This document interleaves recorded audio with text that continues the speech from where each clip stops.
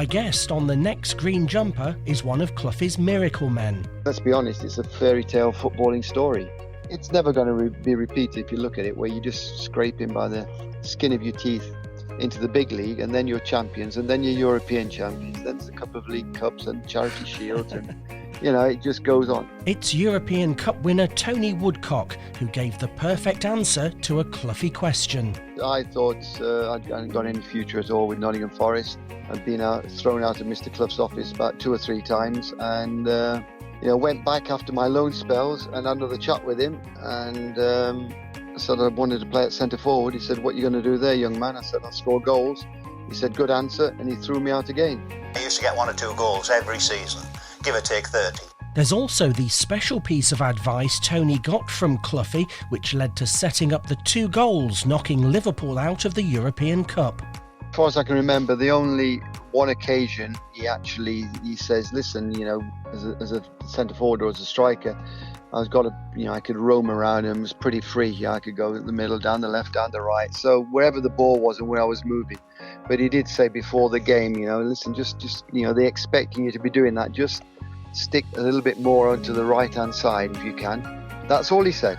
Just stick a little bit more to the right-hand side. It was a little side pass from the right to Garry Birtles, and then a cushion header back to Colin Barrett, both in that sort of half-right position on the field. Yeah. Yes. So when Mr. Clough said something, it normally always worked anyway. So it was good. I think the big clubs now that are running the show are the richest clubs, and have been for many, many years. When I was working for a living, Manchester United were the biggest club in Europe.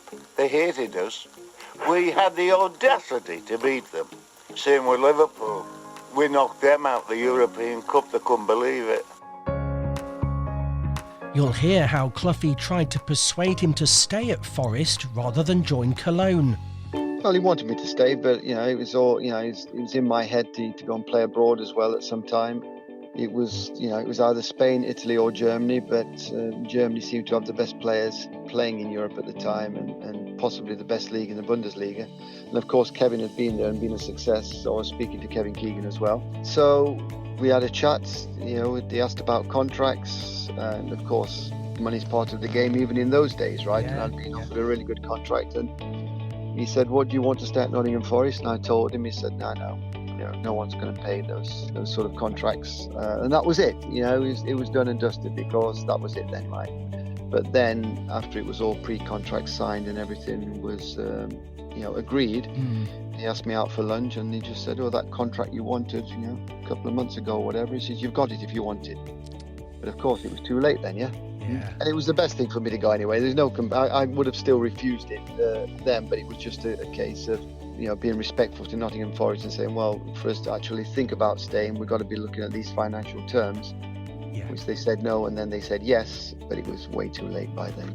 We also talk about the new documentary featuring Tony and his former teammates Garry Birtles and Viv Anderson. Anyone winning the Champions League in this day and age, you're lucky if you've got 3 players from one country. When we won the Champions League twice, we had 3 guys, all from Nottingham. So we go back to Nottingham. Where did it all start? Gary's from Long Eaton, Viv's from Clifton, I'm from Eastwood. So it's going back to the roots. That's coming up on the streaming service 360 Sports TV.